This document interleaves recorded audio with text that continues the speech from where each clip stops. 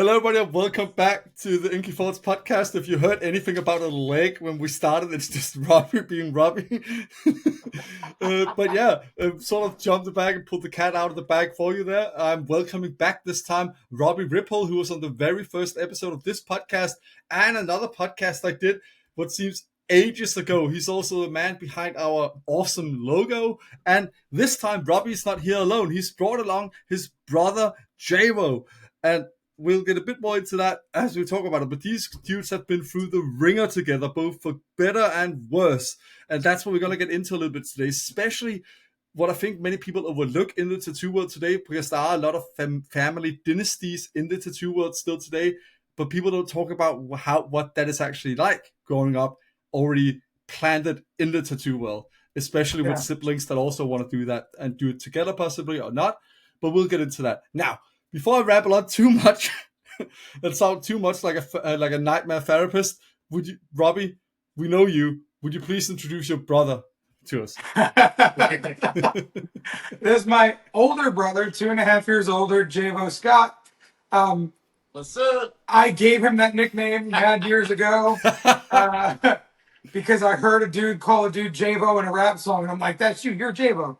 But he's been tattooing how many years now? I don't know. Close to 20 now. Close to 20 years. Our father got us into the tattoo world. We were on Ink Master fighting like idiots. And somewhere along the line, I lost my leg. He got some weird health stuff happening. And here we are back together, and it feels nice. So, To jump into something we talked a little bit about the first time we spoke on this podcast, Robbie, I do remember that season. I mean, being a millennial myself, that was sort of around the time I wanted to watch Ink Master, one of the earlier seasons. I remember even back then, because I was already in sociology, thinking it's weird to have brothers on, and then just every clip was like, oh, these goofballs. The next clip is like, no, one guy's serious, the other one's just this weirdo with a heart tattoo. And then, oh, they fight a lot, by the way. It's just very strange, because a lot of it wasn't really focused back then, at least. I can't talk for it now, I haven't watched it now, but at least back then, a lot of it didn't really seem as focused on the tattooing you guys did, but much more like we have this straight-laced guy that's like the older brother, and then we have this weirdo that's his younger sibling, and they fight a lot. Like, that's basically the memo for you guys from that season. Yeah. But was that planned? Like, I imagine you guys, were you guys, I don't were you already fighting a bit already, or did it come on the show? Oh, yeah. We weren't even really talking. So it was like when we fought, it was just like, no, don't talk to each other kind of deal. Like you go your way, I go my way, pretty much. And we would have, altercations here and there if we saw each other at the convention, depending on, who's shitting our Kool-Aid that morning or not. Sometimes you just walk right past each other and be like, what's up? That's it, walk past, and sometimes you go all the way around to avoid even making eye contact. And then some days, I've been like that with my brother as well, so I know the feeling. Like, you're just like, there's that fucking asshole, I'm gonna walk the other way. Yeah, I know it's really way, I'm gonna. I feel like from just the TV point of it, they want drama, they want ratings. Yeah. What brings more people, drama than family? Nothing. Right. So, you see the two brothers, and then everyone's like, oh, I can relate to that. My brother's an asshole. So I get it. It makes sense, Yeah. And from a TV perspective, of course, they're going to play that up and exaggerate it to some extent. And it's a TV show first, before it's anything else. So. And it's a very successful one. That could have been healthy for you guys, though. Oh, sorry, Jayvo, I interrupted you there. Oh no, that's all right. I was saying it's good. Ink Master, it's a great thing for a lot of us. Absolutely. So I hear a lot of people like being on it when all is said and done. Robbie also took some positives from it despite the experience, and I imagine you did too. But it is still interesting to think about from a sociological perspective that when people, see like, oh, we have these feuding brothers, we could either angle it and try and help them out and try and close this bond, or we could play it up and drama it up and see if we can get them to kill each other, Well, and we didn't need much coaxing for killing each other. No. We're very good at wanting that to is the kill most each other. Florida thing you've said so far, Robbie, knowing you for a few years. Aside from, hold on, let me take my leg off. Yeah, right. Let me take this off. You know, like he had his own way about me. I had my own way about him, and you know, we kind of had the same concept of like, let's talk about a strategy and figure. Sorry, out, watching you on here. You're right next to me. It was like, I'm like, whoa, what's he saying? He's right here. Sorry. We might have smoked some pot. But when it come down to it, you know, we both had a strategy. Like, hey, let's give the people what they want. I didn't have strategy. Well, you came up to me. You came up to me. You know, you were like, "We should have strategy." Yeah, you were like, "Let's do this. If we're gonna do this, let's have some fights." And so we set ground rules of engagement. Okay, you know, this is sounding more and more like UFC and not Ink Master, to be honest. Well, It didn't even last 10 seconds. Right. Because we said it, and then all of a sudden, literally 30 seconds later, boom, we're screaming, yelling at each other, killing each other, forgetting everything we just talked about. And then we'd argue. We were too temperamental and emotional. We couldn't handle it. And we'd argue on screen, and then like we'd have to talk about it later because we both got so emotionally charged.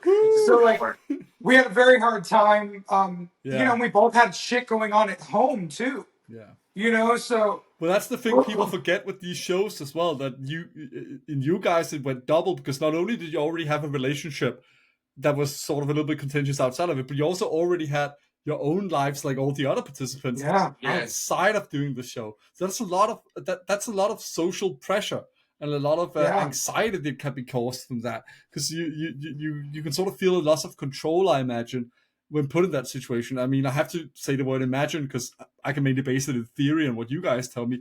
I, funny enough, am not a tattooer, nor have I been on Ink Master, but or done much reality TV.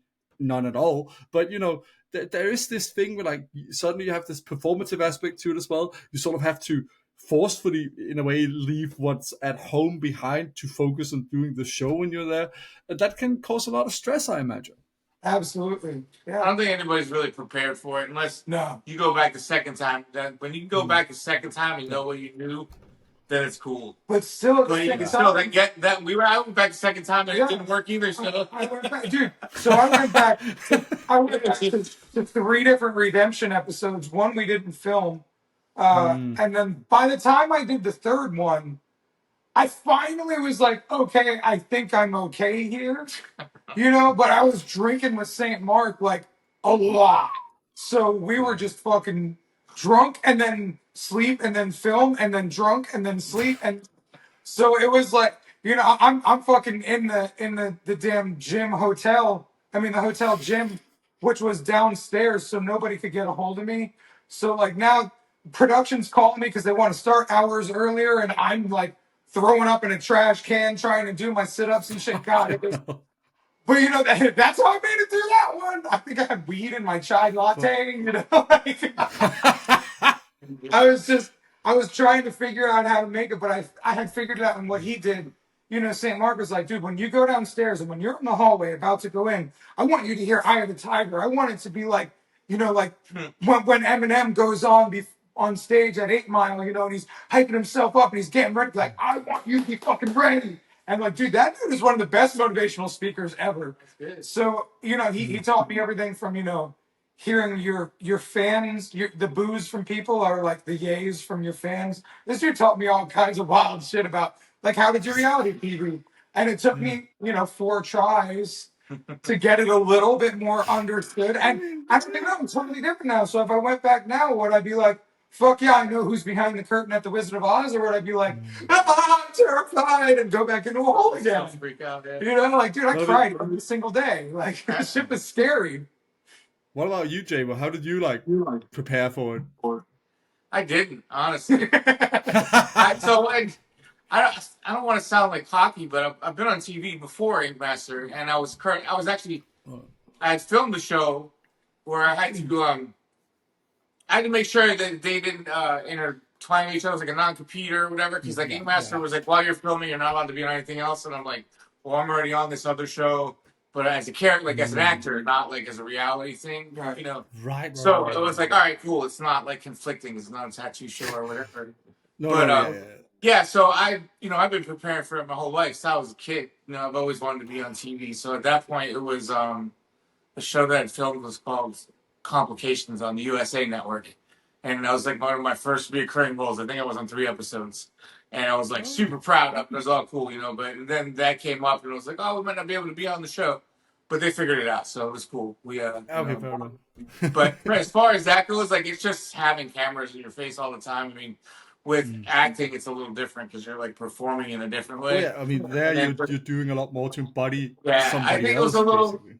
Yeah, well, especially for tattooing, because you're putting something permanent on somebody, and then there's a camera in your face, so it definitely makes it much more intense. I Especially for imagine the for the audience. clients as well, like or Yeah, canvases as they sometimes call them, because they might be less used to it than you guys as well. Even in the Way less. social media age, some of you guys are used to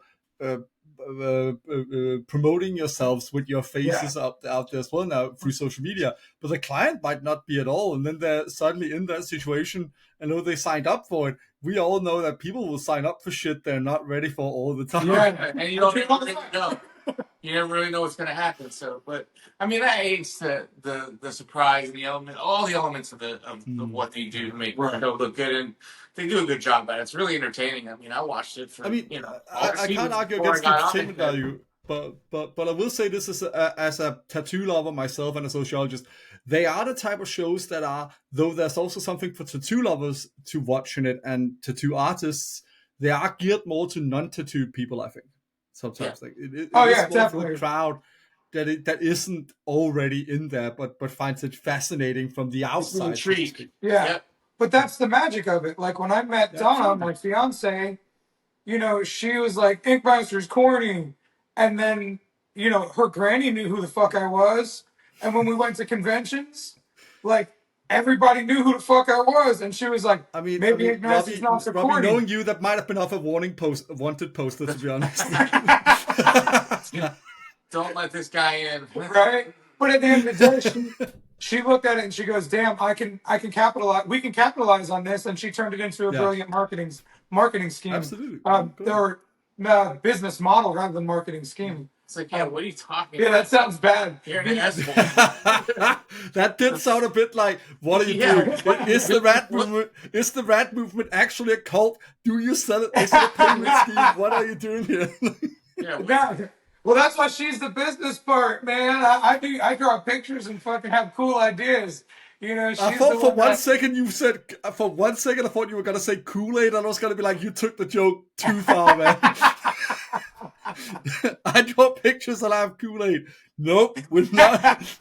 Nah, man, not the Kool-Aid, man. We just drink water.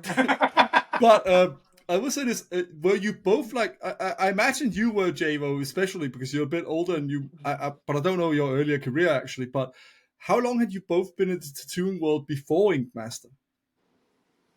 I was like 15 years. We were kids. I mean, our dad taught us how to make needles in the garage. I was like 12. He was 10. So, we've been around our whole lives. I mean, at one point, the bus stop, my school bus dropped me off at the tattoo shop after school. So it was just there always. It wasn't like hey, let's tattoo. Like, it was just always there. I'm like 28 years in now. It was like 10 or 11 years ago.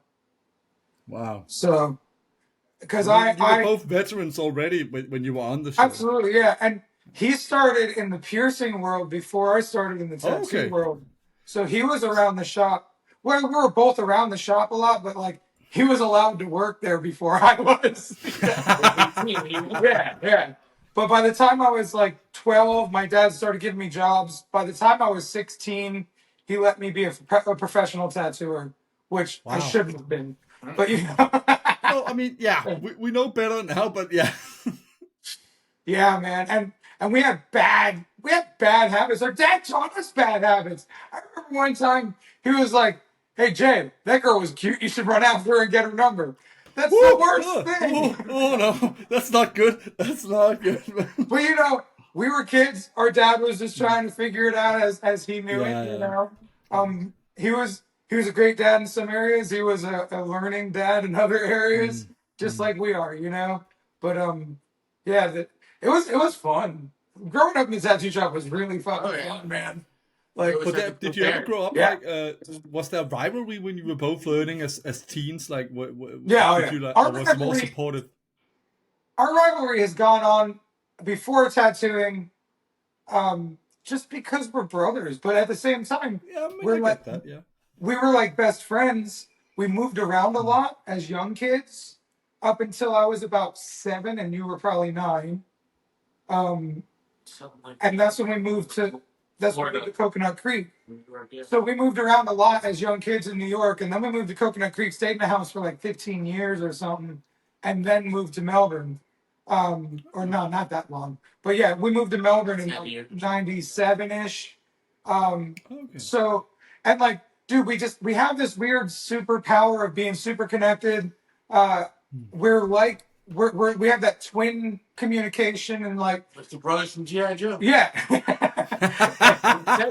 Yeah, we did. And like one of our song, story of the year, what the fuck is the name of the song? Can't remember now. But at one point he says, "We made the same mistakes. I'll take the fall for you." Very good. I forget the name. Damn it. But like we've gone through divorces at like the same fucking time. You know, we've learned life lessons simultaneously, or like piggybacked off each other. So like it's just always kind of been a thing that me and him, we just kind of have that weird connection. And so when we weren't together, it was really fucking hard because Okay. Till the day I died. Yes. So we equally hated each other, but also needed each other and felt like a piece of ourselves were missing without each other, which I think you can relate to when you go through Discord with your brother. You know, to some level, to some degree, right? But like I said, ours is kind of like that whole twin thing where we know what was going on in each other's lives. We feel each other. Like he had a bad day yesterday, and like so have I, and like he was saying like he thinks he's losing the war in his brain right now, and I'm like, me too. And so like it's weird when you're so connected that you actually struggle and celebrate almost simultaneously a lot of the times, but feel each other from a distance too. So yeah, to not be close really sucked, really fucking sucked. Well, I can imagine when you were that close as well. But it must be nice now being able to support each other through these hardships, I would say. And also, I would imagine as well, at least knowing Robbie a bit, that you also are better at reminding each other how far you have come as well, and how far and how much success you actually have. Because I mean, looking at what you've both done, and I've been doing a little bit of research on Jayvo as well. And you both have successful businesses of your own, and you know. Run them well and have employees that seem to really enjoy working with you guys. You do fun skits with them as well and all this stuff. Like that's not from nothing, you know. Yeah. No, it's definitely not, man. Like it's his youngest son and I have always said like we really wish that he would say my dad and you could get together because you guys are like great. Like he's like, man, I've always wanted a collab tattoo from you and my dad. I'm like, I'd love to. We just have to find this. And then I mean, now you can always fight value tattoo. I mean, it is possible. No, it's so not fun, and we're so explosive, man. It's scary. Okay. It's two Godzillas, bro. Bad idea. It's really Bad scary. Idea. But yeah, we've talked about it a lot lately about like we should just start being cool together. So last time I did social media day, he came in, and we haven't released any videos yet. But like, I was doing rad movement skits and he was heckling me. That's great. And it's really indicative of our true relationship. Because like he's there to check me too, right? Like one day he texts me, he's like, "Hey, would I be a dick if I like texted you every time I saw you release a piece of content that I felt like you were being a lying piece of shit about?" And I was like, you can, but the reason why I'm making this post is because I'm going through it. Like, and like the reality of the rad movement is I'm not perfect and I'm super transparent. So like, yeah, you can tell me it looks like I'm being a piece of shit, and I'll tell you, well, I am going through it, and if you think I need to make a video about it, I will. You know, like. Well, it takes But one to know one, man. Like, right, you know, dude, the same. We're the same person, bro. We do the same shit. We just operate a little differently. I will say though, Jayvo did make one of the skits I've seen in recent time, at least from you looking at your shop, that actually made me laugh out loud from a tattoo studio, which was the one where somebody actually gets in the car when they're driving by a studio and they're like, "Oh no, it's a tattooer!" Fucking hunting us down. It's quite funny. Past the shop, look at tattoo shop, and then Ron like jumps up and jumps in the back of their car, and gets them to go into the shop. That's cool. They're like, "Oh no, it's a tattoo artist." They're like try to lock the doors, like drive by so he won't try and get them to get a tattoo. Great. It's fucking funny. Thank you. Yeah, dude, we try, man. We have fun with them, so it's good. But that's what I say. Like, one thing that's very similar with you two is you really like to have fun with this stuff as well. Oh yeah, you have to. Otherwise, it's not like you're just going through the motions. You know, you do that, it doesn't work. Yeah. I have to ask, since you're so close as brothers, even though it might be a little lighthearted for right now, but did you prank each other when you were learning under your dad? No. We're too explosive. We can't prank each other. Yeah, we would have gotten in trouble. We would have gotten in trouble by our dad, but we would probably end up fighting. It was funny because our parents were always like, "Don't do that because you're going to end up fighting." But we'd always end up fighting any fucking way. Yeah, I mean, I get the irony there. That's happened a lot with me and my brother as well. Like, oh, don't do that because he'll just end up pissed at you. But the other guy will end up pissed at you anyways. You know? Yeah. But I do imagine, though, or at least I'm curious about it. Did you did the rivalry in one way also make you try and improve more when you were learning? Because I get that it wasn't friendly as such when you were teenagers or learning under your dad, possibly. But it might also have pushed you a bit, but not possibly much, I guess. At times. I don't see it as it being, I don't know. That's not the way I see it. I don't see it as it was ever being a rivalry. Like, I just saw it as we were growing up together. We were best friends. We were brothers. Like, we always stood by each other's side. And, like, we would argue all the time. But that was part of our thing. And no matter what, we were always in it for each other. And at some point, we just started drifting apart. And it was not like it was a, fuck you, you're better than me, or I'm better than you type of rivalry. That's what I think about when I hear the word rivalry. Right. I get that. Hey, you're an asshole. I'm going to beat you. You suck. Blah, blah. Also, Mark, I'm sorry. No, go ahead. It wasn't so much like that. For you? For me, no. I thought I was just doing my thing, trying to be better than than yesterday and moving forward and things like that. And then, I would go do things on my own and he would do his things. And I don't know. Whatever happened. But, again, we're back. We mended it all. Absolutely. It's interesting. Do situation-specific things. Like, I find it doesn't work for healing. Like, oh, remember this time you did this and you did that. Like, you just kind of encompass everything into one and just acknowledge, hey, we're both assholes.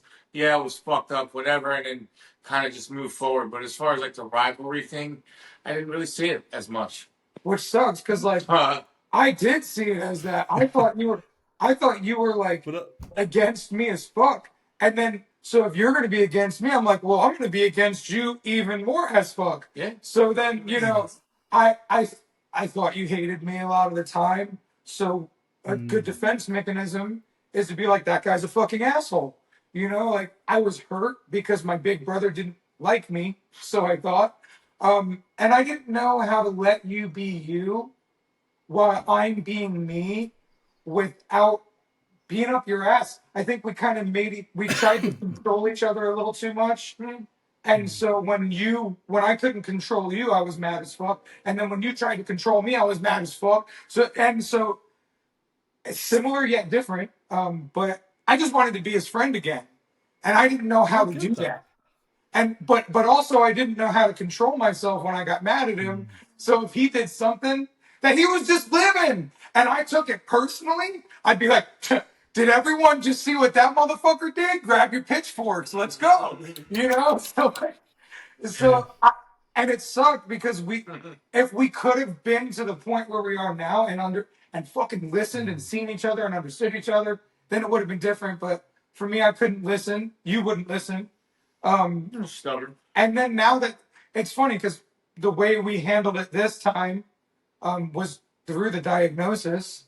And then I reached out and I was like, if this guy's going to be mean to me, fuck him. I don't reach out anymore. And I always say that. And then he reached back and I was like, oh shit, okay, cool. And then we just got on pretty quick again.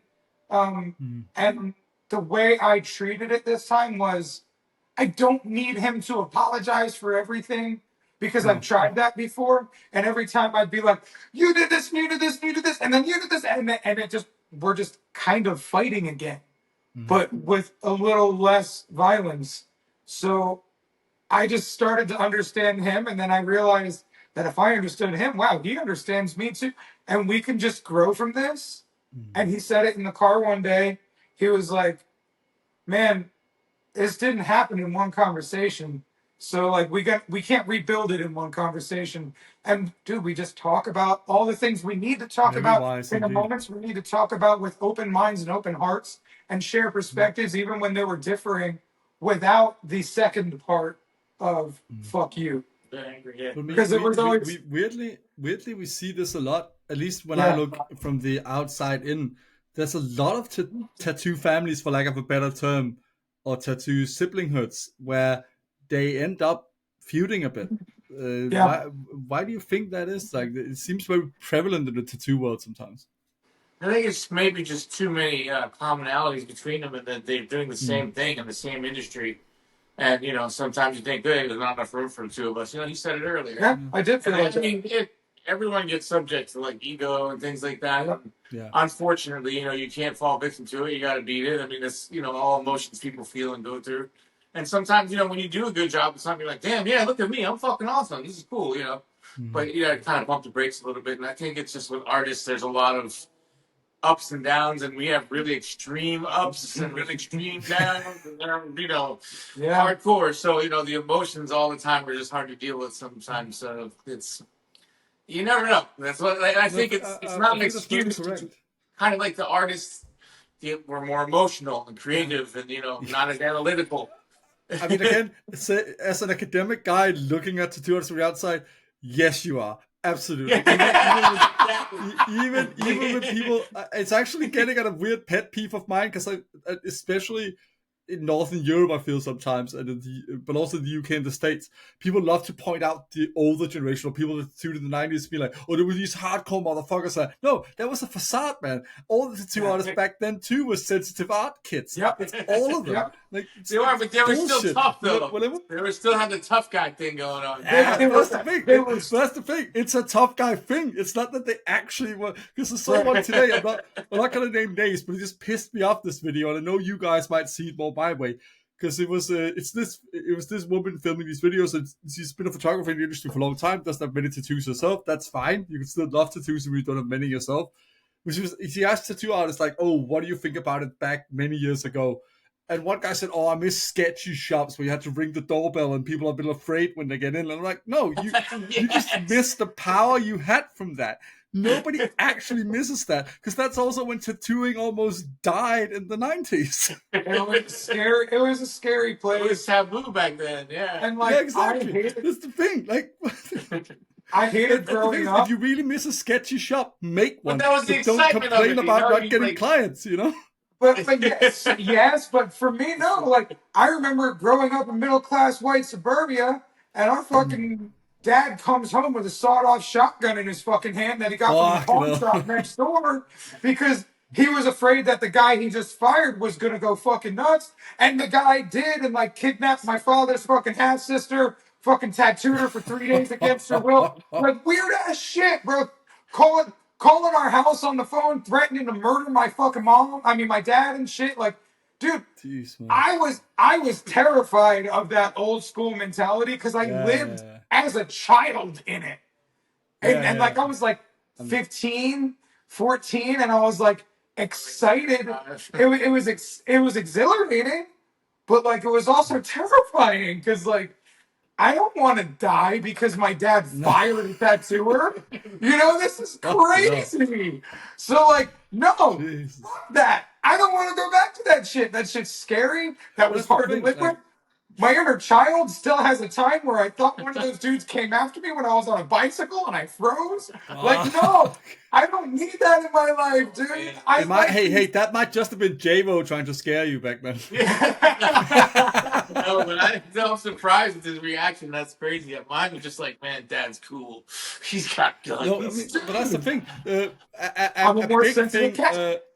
is both in sociology and psychology is that siblings can have the exact same upbringing, get different experiences of it. Yeah. We talk like that with our oldest brother too. All three of So us. it's nothing like Same house, 3 different people, 3 different experiences.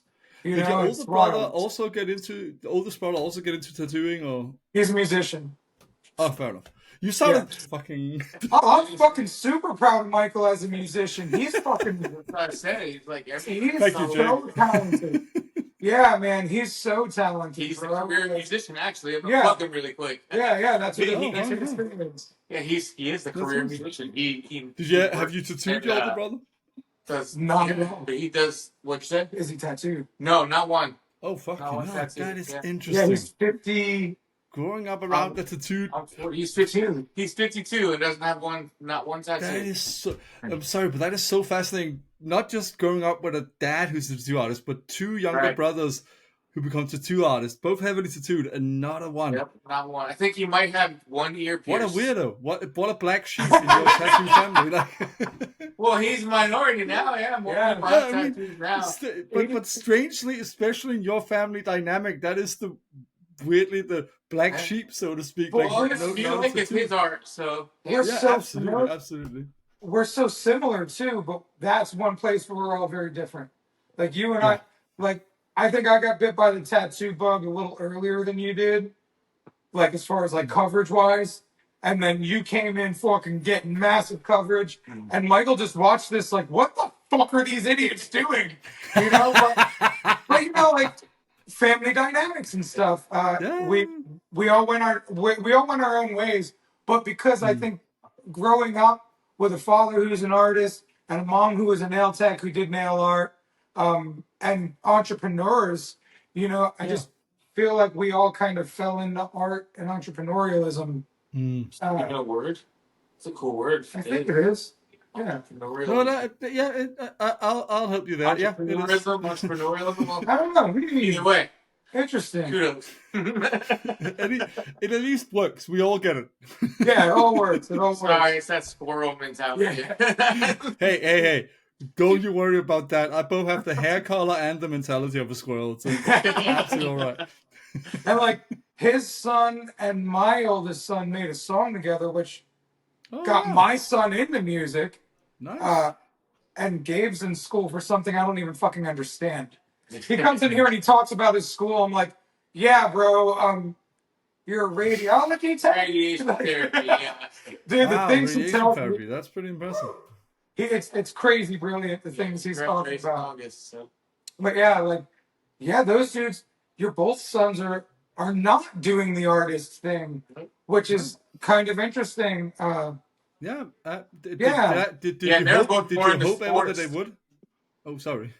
They were both more into like sports, like growing up. So I mean, I wasn't gonna be like, no, you can't do that. You know, I like do whatever you want to do. I mean, I wish you had, because that would be so funny to talk about right now. A dad that's like, no, you can't do sports. You gotta stay home and draw. You see that flower? You draw that flower. That's actually pretty funny. I'll have to make some skits about that. Yeah. Honestly, yeah. Thanks for the idea. It's so against. I mean, it is so the other world hearing you say that, because normally you hear. I mean, my dad was not like this, so I have to speak from the experiences of other people here. But normally you hear about some dad that's like, "Oh, my son doesn't want to do sports, but I'm gonna make him." You are like, "Well, they wanted to do it, so I kind of had to. I can't tell them no." Oh, they're passionate about it. That's what they like. So they both love basketball. So. Well, they got Jayvo into basketball. Yeah, they all had a really good time with it. Yeah, it's good. You know? I wish we would. I wish our dad and mom were more into like sports and like combat sports and things, because I enjoy that stuff more now. Like the organization, the community, things like that. I'm bringing Zen, you know, my soon-to-be 3-year-old, to boxing with me, and while it's a difficult time to try and get him wrangled, you know, I think it's cool to get him into it and start developing. Maybe give it healthy 4 habits. years at least. Man, he's a turned up little guy, man. I'm trying to lean into his little spirit, and he's a wild man. He's a warrior, and I wasn't allowed to be a wild man or a warrior growing up, or even in a lot of my earlier life. So I just kind of want to let him live his authentic self. Yeah. So if he wants to be a wild man and a warrior, I'm going to give him the arena to go do it. Mean, it would be ironic with either of you guys if you didn't let your kids be themselves, because I mean, you've clearly also chosen that for yourselves, you know. Yeah. Yeah. Well, our parents, you know, they're wonderful parents, but I don't want to say they didn't want us to be ourselves, but like there was a certain. Oh, that's not true, dude. Well, there was a lot more to speak for that. To talk about that generation, there was a lot more pressure to conform for their generation. So it is sort of mine and your millennial kids generation where we got a bit more freedom and there was less pressure from society to make our parents be like, hey, you gotta do this, you gotta follow this, right. the norms. Yeah, and right. So I mean that it's not necessarily that your parents wanted that for you, but they might have felt they had to do that to spare you some of the difficulties that come with, like, you know, sticking Well, up. I think that's 100% it. Like when I would shave my head, my dad would be like, "You look like an axe murderer," and I'm like, "When you do that," and then like, I would stretch my piercings. Only he could see you now. Right? Yeah, right. And even though he's the one that taught me, like, got me into stretching my piercings. You know, he was like, "You're looking too crazy. You look like a fucking axe murderer." So like, it was certain things. He wanted us to be ourselves a lot. Yeah. But there was like these weird little limits. The line that you get to it. Like when we were in high school, they didn't want to let me fucking get rid of my mullet, and everybody made fun of me and told me I looked like a lesbian, and it made me cry. And and like I'd be like, the kids at school don't like my hair. Robbie, you do, but that's beside the point. Whatever. I like chicks, No, but yeah. But I'm curious. Yeah. Was there ever a time? Because I mean, Robbie, your oldest is how old now? My oldest is 24, just turned. And you? How about your kids, Jayvo? 25, 23, and 14. Was there ever a time? I mean, ignoring the youngest ones because they're a bit too young for it still. But ignoring the youngest ones. Was there ever a time when you actually were hoping they might go into tattooing as well? Like, do you get to like carry on that legacy? Oh yeah, I mean, I think we both wanted all of our kids to do it. Yeah. And I know my one son did try to start learning for a little while, and then he decided it wasn't for him. Like, so that was that. Well, it's funny. He didn't like learning under him, so he came to me, and I was like, your dad's gonna be pissed that you did this. He's like, yeah, I know, but I'm having a hard time with his curriculum. I was like, mine isn't very easy. Hard. I'm like, he's going to learn. I'm like, mine isn't easy either. And it was so cute. The day he quit my apprenticeship, I took him in knowing he wasn't good. He didn't want to be a tattooer. He just didn't feel it. And so I asked him to paint a wall one day. And like he disappeared for like 45 minutes, and he comes in and he's like, "Oh, Robbie." I was like, "What's up, dog?" I don't know if I want to do this anymore. I'm like, what? Because I made you paint a wall? You don't want to be a tattooer? He's like, well, kind of, yeah, man. I don't want to do that shit. I'm like, cool, dude. No worries. I love you. But I think that's the closest any of our kids made it. Jaden started doing tracings when he was very young. My daughter expressed a little interest a little while ago, but she was 13 and she just turned 14 and she's thinking about she doesn't really want to do that now. So but I didn't start until I was like 25 or 26. So and when I was young, I didn't want to do anything but be an actor. So I was like, no, I'm not tattooing. Screw that. So I didn't learn until later on in life. And I was obsessed with it from an early age. So I was like, if you're not tattooing by the time you're 4 years old, you're not winning. So man. I had to slow down. Now with Zen, I have a very large gap. Zen's turning 3 and Jaden's 24. So now I'm like, you know what? I'm gonna let Zen be, and whatever that dude wants to be, I'm gonna let him be. Well, you did open up last time as well about how you grew up together with Jaden. Like you were very young when you got him. I was a baby. Yeah, we were young when we had our first round of kids. 21 or so, yeah. So like, I love how Jayvo went immediately for calling it a round of kids. That was the first round, you know. Round one, fight. Yeah. It's funny though, because now that I'm, a little older and later in life here, I'm getting closer to 50. A lot of my friends are that same age, and a lot of us do have 2 rounds of kids. Yeah, I got 2 rounds. But it just sounded, I mean, not to joke about it, but I think it's a good way to learn sometimes and point of the absurdity of things sometimes, but it just sounded so close to be like, I mean, look at the first one, man. Shit, could have got the second one to fucking get it right. No, believe it or not, we didn't know what we were doing for the first ones, and the first round turned out really fucking good. I don't think any parents do. They turned out really good. Mainly speaking from my mom's work as a family therapist, people think a lot because of how much we know of it scientifically nowadays that you can prepare for being a parent, but truly nothing can really prepare you for the first time you're a parent. No. Nothing. Not even the second time around. Because, like, I don't know what I'm doing with Zen. You know, I know I have a good track record of making sure that Jaden turned out to be a decent human being. You know what I'm saying? But, like, that's all I know how to do. I just know how to, basically, when you're a parent, I believe a good parent just kind of does this, like, to kind of keep them wrangled for the most part. And then they can run out sometimes, and then you always welcome them back. And, like, just kind of let them run out and walk, almost like a good cat. I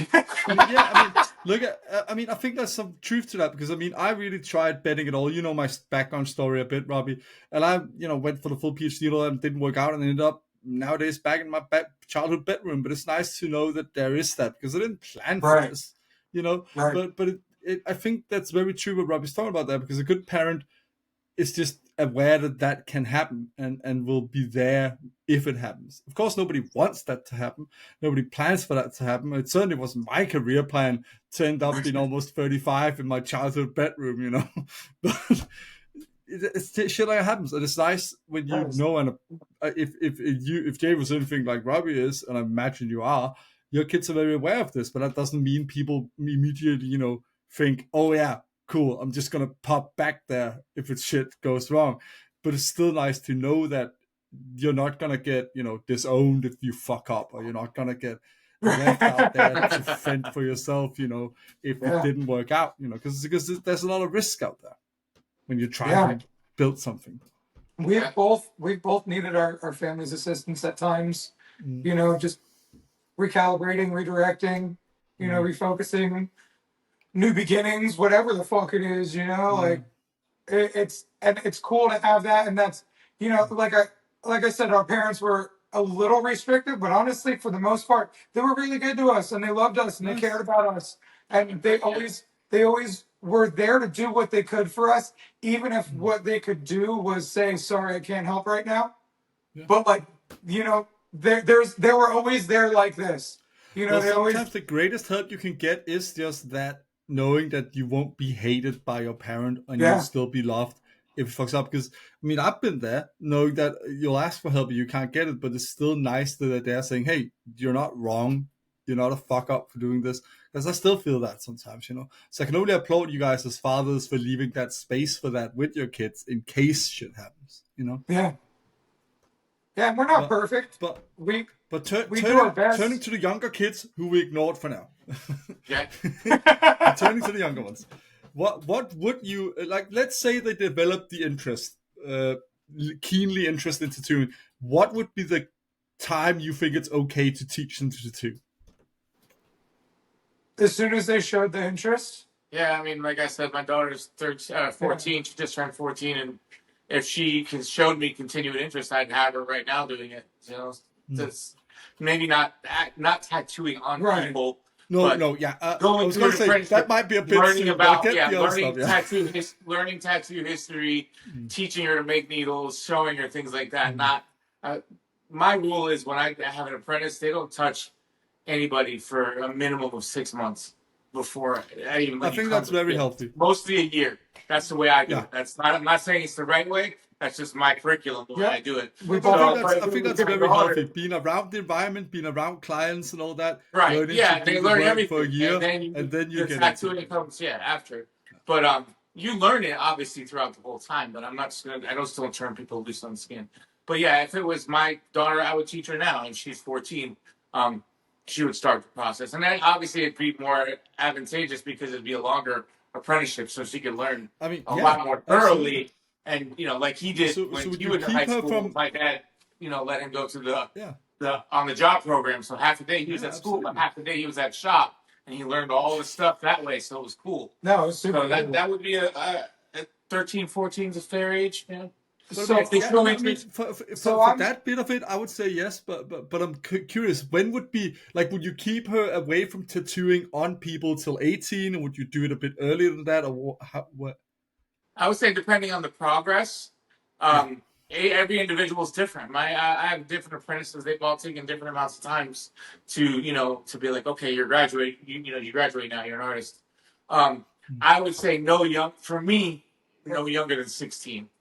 I would say. So for me, because that'd be a lot to handle. But Yeah. I'm a little different. My program is 6 months to a year. You're gonna be a full-time tattooer. So 6 months if you hit the gas real hard. A year if you go through my program at a slower pace, but still not leisurely. I put them on skin. I've toyed with a number of different things, but my favorite is giving them 10,000 tracings to tackle, and then they can pick up a machine. So if they do 10,000 tracings in a month, they're picking up a machine. Yeah. And I've noticed that works really well for me.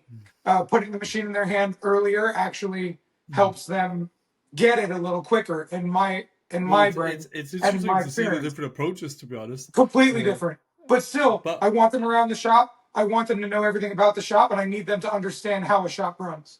Yeah. But I ask mainly, my curiosity is mainly based, I'm not a tattoo artist, I'm a social scientist.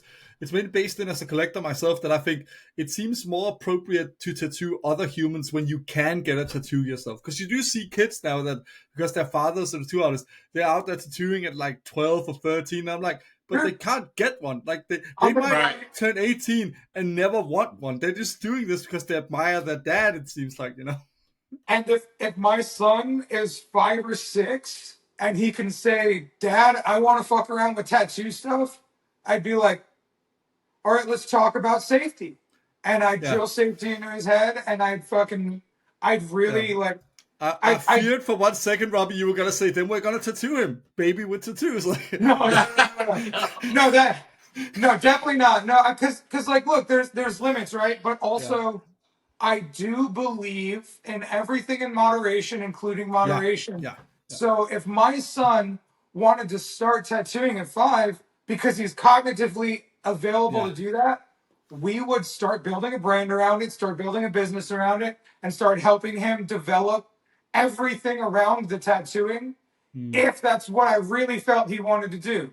Yeah. But like, if he just wanted to dick around, I'd put a fucking crayon in a fucking tattoo machine and have him do that. You know what I'm saying? Funny enough, I don't know if they're still around, but there was a tattoo machines for kids.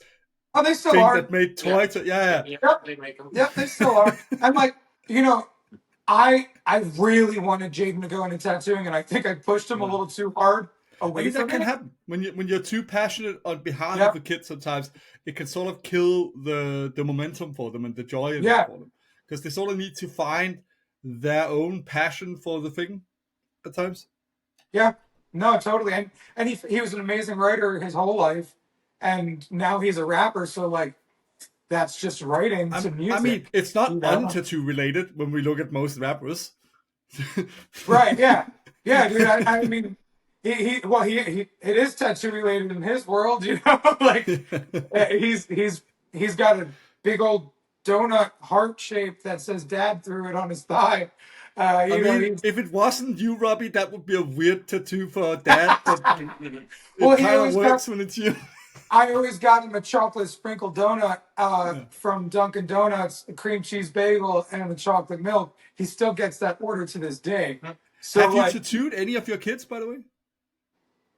I've tattooed my son and his 2 sons. He's tattooed. We tattoo her. I haven't tattooed his son yet. I want to. Yeah. His son. I mean, he kind of has to now as a peace offering within the the reconciliation. Well, and when we were going through beef, Christian and Gabe were younger, so like Yeah. it was hard for them to have relationships with us all the time. Yeah. So it's nice seeing Jaden's relationship with Jayvo flourish and Nice. blossom and turn into something cool. Because like, man, it's just cool to see them all connect. You know, to be But able it's to also connect cool with to the have an boys. uncle that's also a tattoo artist, so whenever he gets pissed at you, Robbie, he can go and hang out in Jayvo's shop instead. Right. Yeah, there he goes, man. Yeah. Now, you know, at this point, I think we're all just happy about the togetherness I more imagine so than so. not. You know, it's when we get But, pissed, it's too loud. Yeah. but I'm curious, and it's just mainly coming from my own ignorance, not being an artist myself. Jayvo, if your daughter became a tattoo artist, let's say we are 4 years down the line and she's in an apprenticeship, would you want her to still tattoo herself first before a client, going the old school way, or would you insist on doing one on her possibly, or how would you go about it? Wait, sorry, I didn't hear sorry. the first part. I got a little bit. Sorry. If let's say we're a few years down the line, and let's say your daughter is in an apprenticeship under you and becoming a tattoo artist, would you still insist that she tattoos herself as the first like human skin, or would you maybe want to insist on doing a tattoo on her as well? Or For every one of mine, I've always had them tattoo themselves first. Yeah. So they can feel it, so they know what's happening. Yeah. I think it's one of the better traditions. I'm not always, I get it. I'm not always for a lot of the traditions that have been like more hazing, like, but I think the tattooing yourself first is a good one. It's one of the ones that are there for a reason. It's good to try it out on your own skin first. Right, so they know what they're doing to people, and I mean, again, like I said, you know, my way might not be the best way for everyone. It's just the way I do it. No, I mean that's the thing with the beauty of there being so many to learn under these days, that one can go and find somebody one jives with to get into the tattoo world, and then what works for some doesn't work for others, but what works for them works, you know. Right. Yeah. So it's cool. It's a good experience to do. I mean, it's a little nerve-wracking to tattoo yourself, obviously, especially for your first one. But you know, you're gonna know if you're pressing too hard, if you're not, you know, doing the right things. Like, you know, to me, tattooing is a lot of feeling as well too. So, you know, even for the tattooer, you know, you could almost, in some senses, tattoo with your eyes closed, but feeling. You know what I mean? Because you feel. When you do a good line, you feel it. When you do some good, you know, you make some good hand movements. I mean, you've done thousands, both of you, thousands upon thousands of them, so it must like almost be in the wrist by now. Yeah. Well, a lot of it's muscle memory, you know, because you've been doing it for so long. That and stage 1 arthritis, I imagine, since you are tattooers, but also muscle memory. Yeah. Well, it is a lot. I mean, well, you know, that's why tattooers are now starting to think about retirement plans instead of, you know, fucking tap to the grave. You know what I'm saying? I ain't trying to live that life. I mean, it is still, as much as it's also a service and a creative industry, it still also is a labor. Like it is. Yeah, almost every tattooer you sit in that back. Yeah. I mean, we've all. I mean, you know, it's the joke even to this day of tattooers saying, "No, I'm gonna try a full day where I sit upright," and 1/2 a second into the first tattoo, they're like, "Just gotta get that line crisp." Yeah, it's like when you have a good photographer, they bend and twist and go home to get the angle, to get the right shot. Same thing as a tattooer. You get absolutely. And I find if I'm comfortable, then that's when I do my best work. So I gotta get comfortable. If it takes me doing that's why it's good that we have people. Then cool. Absolutely. But that's why it's good we have people like you guys that also, I think you guys both seem like a good example of guys that are of the older school, but also trying to learn still, because some people get a bit too jaded and a bit too like, no, fuck that, man. We're just going to keep going and I'll fall apart later. It's fine. But you guys are a bit more like, no, we can learn from the younger generation. We can take better care of our bodies. We can be better. Yeah, always open to new things. I think that's a good thing to do. For sure. Yeah, I just commented on a dude's post today. I'm like, why are you so mad at the younger generation, man? Like I've learned so much from these youngsters, dude. It's cool. Like we're all doing the same fucking thing. It's not an us against them thing. You know, like society hates all of us anyways. For well, you know the beautiful thing is, man, honestly, no, they don't. They're starting to fucking understand we're just people with pictures on us. That is, you know. I mean, it's a bit more in the States and the UK, especially the States and Canada. People are starting to get it. Not so much over here, but at least over there, I would say, yeah. Dude, I get it's beautiful to celebrated see. almost every room I walk into because they're like, wow, your tattoos are so bold. That's so cool. Oh my gosh. Oh, you own a business? That's rad. I do wish because I've always loved colorful tattoos. As you know, we've bonded over that, Robbie. That was more popular in Denmark because it does seem like there are some that like some color, but it's more like, you know, more new traditional auburn and autumn tones and stuff like that. You do get some bold, colorful tattoos here as well, but not as much as you do in some other countries. And it's a shame. I love colorful tattoos sometimes, as much as black and gray and black work, and that can be absolutely incredible too. It's just, I'll tell you this: if you ever go on a family holiday to Denmark, other than seeing yours truly, you'll see so many black and gray tattoos. You'll get sick of it. Yeah. Well, boy Black and gray tattoo. realism is so much, and the worst thing is, and I'll tell you this just because I can't help but digress a bit, and I think you guys will love this as tattoo artists. You see so many guys with like old, like Greek and Roman statues and stuff like that. Problem is, I've done both philosophy and sociology and a bit of history. And this guy once came up to me and said, like, see, I've got the god Poseidon. And I was like, no, you dickhead, that's Socrates. It's not a god, man. This dude lived. I love that. There's a dude, boy tattoo, that's from Denmark. He does a really cool blending of black and gray and color. He was at God's Inn. Yeah, boy. I think you know him, yeah. Yeah, he's been at your studio, yeah. I don't know him in person, but I know of him, yeah. He did a tattoo on me, and he does really cool color stuff, but it relies on heavy contrast. So he does, this crazy cool black and gray with like elements of glowing color, and it's fun stuff. And it's very popular. His whole bodysuit is basically black and gray. Yeah, so like, it's very like, it's a great bodysuit, don't get me wrong, but it is very much what you see a lot here. Like, it's lots of dudes with lots of black and gray. Well, both men and women. Most people just get like that's wild. Black and gray. And you guys have the best bright white skin tone for color. I mean, look at me. Yeah, dude. That's wild. As I've told Robbie before, when he said I had to come see the house one day when things get better and stuff like that, I will spontaneously combust getting off the airplane in Florida heat. I will die visiting you guys. Well, Donna's really, really, really fair skinned too, so she'll tell you all the tricks. She's used to the heat, Robbie. I'm wearing. It's 65 here in Fahrenheit, I think, today. I'm wearing shorts outside. We'll get you some cold towels. No, just go to Denmark. Yeah, for real. Let's go to Denmark. I've been wanting to welcome you guys with open arms. But I love how Jayvo said it more like a, fuck you moron, go to Denmark. I'm going to Denmark. Like, there was such a older brother moment there. I was like, shut up, just go to Denmark.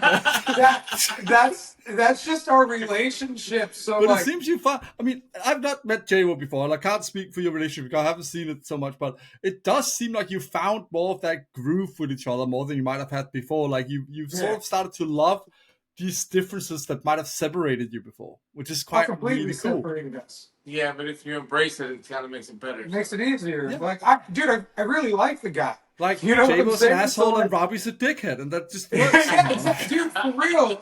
No, totally, man. And like, when we find a way to just live in liking each other, it's easier, you know? Absolutely. But yeah, you're right. But I'm curious as well, sort of rounding the end here, we don't want to keep you guys too long. What do you have any like more collaborative stuff in the works in the future? Are you planning to do some stuff together in the two space as well?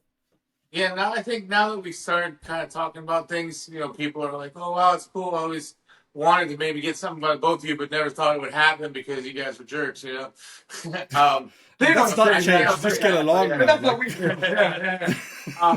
No, I think especially going to like conventions and stuff, I would like to dedicate that to doing like, you know, even whether it be a 3-day tattoo or you do 3 different tattoos, but do collab style stuff. And have you just gotta find a client that can keep up with both of you for 3 days, which is the difficult part. Yeah, hey, that would be fun, man. Yeah, man. Dude, you'd be surprised. There's some wild ones out there that'd be sick. No, I mean, Robbie, you live in a state that's world renowned for the Florida man. That's true. I get it. Yeah. We're Big idiots. Yeah. we're both different versions of Florida man. Florida, also known as the wiener of the United States. Yeah. But yeah, When like, they say Jersey's the armpit, right, Florida's the wiener. But he was talking about doing collaborative tattoos. We were talking about offering like a VIP collaborative tattoo experience. Okay, nice. We're talking about doing more interviews and more podcasts, getting a publicist, and like just starting to like share our story and in an effort to help others who have relational issues with family members, loved ones, whatever, to move through that stuff. And just sharing our story. And then also we're like putting Easter eggs out around town at my shop. I was like, hey man, we should leave an Easter egg at your shop with a gift card for both shops in there.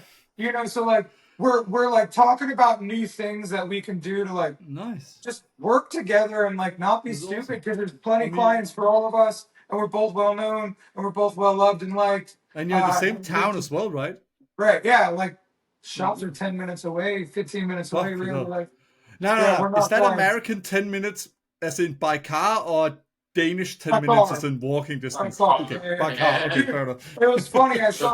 I saw a dude talking about, we don't talk about in minutes, we talk about in miles as the distance. So Americans are weird. I was like, okay, very. I get it. But I'll give you this from you. Before asking a final little question of you guys, I do want to say this. This is gonna weird you out if you go to Europe together ever. Because the thing is, when we talk about, you can get there this long, if we don't say with this or this vehicle, they mean walking. Gotcha. When we were in Ireland, so they're like, in Ireland too. If they're like, that's a 10-minute away. If they're not talking the next town over, they'll be like, no, we mean walking 10 minutes. Like, oh no, they were fucking wrong every time. A 10-minute walk took us like 30 every time. That might be an American thing, to be honest, Robbie. I was gonna say, that was our first time. We were tourists. They might have been fucking with us. Who knows? That's a user error if I ever heard about it. Yeah, operator error, right? I'll take that for sure. We had a lot of walking there. It was fun though. Yeah. But to leave us on a nice note, here a bit inspired by what you said just a moment ago, Robbie. What's some advice you would give to other siblings or family members that are in the tattoo business together? You starting with me or Jayvo? Both of you, whoever would like to. Get over it.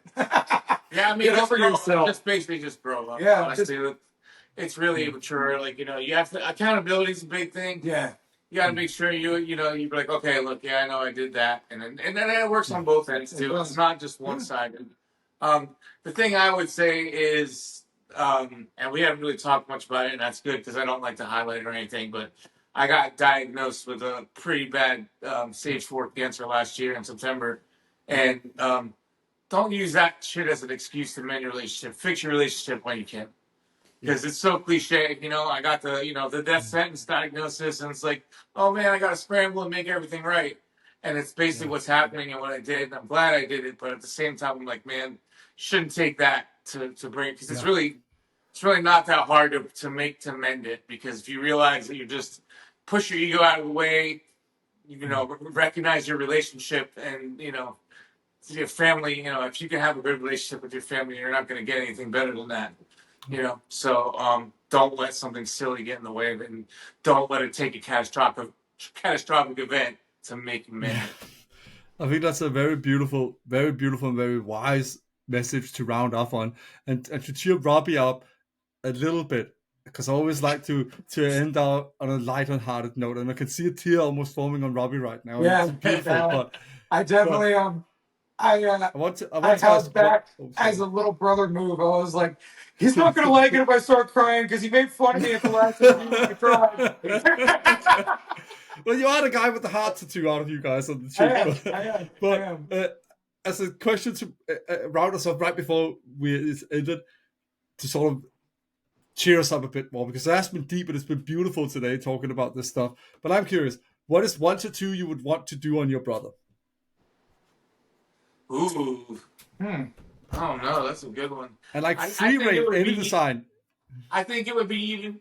I don't know exactly what it would be, but I think it would be a matching tattoo finally, because we've talked about it for years, and we have so many matching tattoos with other people, and we never got a matching tattoo. Ooh. So I think it would be, we would design together or whatever and do a matching tattoo. Nice. I think that should happen. That should absolutely happen. We should do that soon. No, we will. Well, I'm able to, but yeah. That, and so the other day I found a recipe for some of Dad's food that he made, some of his Cuban food, and his hand was above it. And Don was like, you should get that. So I'm thinking about having you do the Maori tribal stuff that he had on his forearm and hand, just kind of over what I've got, and like maybe even black on black or white or whatever it is. But yeah, and collaborate, brothers. Get over your shit and just collaborate, dude. Like, we should have been hanging out and doing things without fighting. And people used to love our fighting. If we would have just like capitalized on that and like learned how to fight effectively in the tattoo room without like scaring the shit out of people. But dude, like, people loved the show until it got too real and I'm smelling the next charity barbecue at Rat Inc. to be like a UFC fight between you guys. We got boxing rings. But Scott versus Ripoll. Scott versus Ripoll in the ring. So yeah, loser tattoos that on the other guy. Right, there you go. That's cool. But yeah, definitely matching tattoos. We've been talking about it too long. But yeah, man. What a beautiful note to end it on. And before we go, first of all, guys, thank you so much for coming on the podcast, especially to you, Jayvo, first time on. Oh, thank you so much for joining me and your brother here. Yeah, and definitely. Please, guys, let the people know where they can find more of Jayvo and Robbie, man. Go ahead, dude. Oh, okay. At Robbie Ripoll is all my social media stuff for my personal stuff, and then the Rad Movement as well. It's on Instagram, it's on YouTube, it's on Facebook.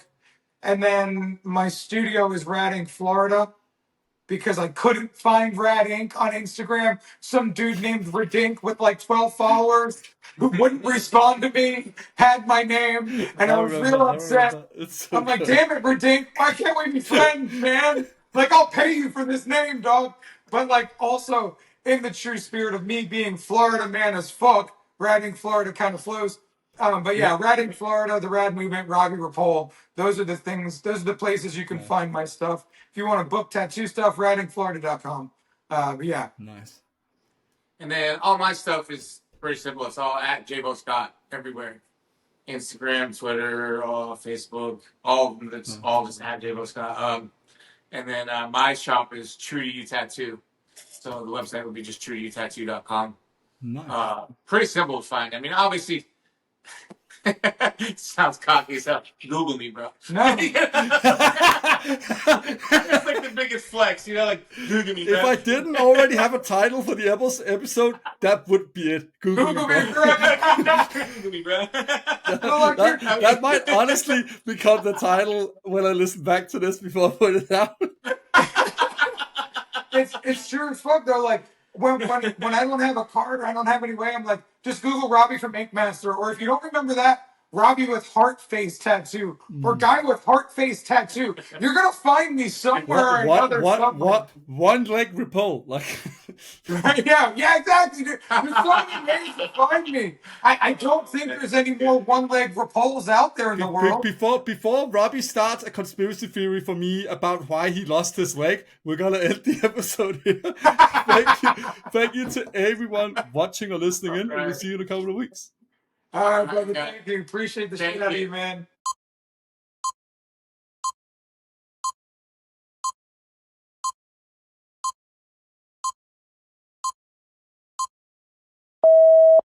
Hello everyone, I hope you enjoyed this episode with the return of Robbie Ripoll, who was on the very first episode and who made the logo for this podcast. This time he brought along his brother Jayvo Scott, and together we got into it, you know. We talked about what it was like growing up under a tattoo artist's father, becoming dads themselves and legendary tattoo artists in their own right, and how that's played into their relationship as brothers and how they eventually came to end their feud with one another and instead started collaborating much more with their respective businesses and really starting to support each other and finding a bond again through their mutual love of tattooing and one another's friendship and brotherhood. So yeah, a beautiful episode, and hopefully a lot of people can take some positive away from it. Next time, I'm going to be talking to kind of a historian once again regarding tattoos, a museum curator from Manchester, the UK, called Sean Colgrave, who's done a few curated exhibitions for museums over there and also runs a more permanent museum exhibition regarding tattoos, tattoo history, and tattoo culture. And he's also got his own experience as a tattoo artist, and it's a very fascinating episodes for those that want to discuss and learn more about why it's important to make exhibitions around tattooing, tattoo culture, and tattoo history available to the public, both people who are already into tattoos and people who are not already into tattoos, and how these can help break down barriers, educate people, and also bridge gaps between cultures and different identity views. So yeah, stay tuned for that episode in a couple of weeks, and I'll see you around.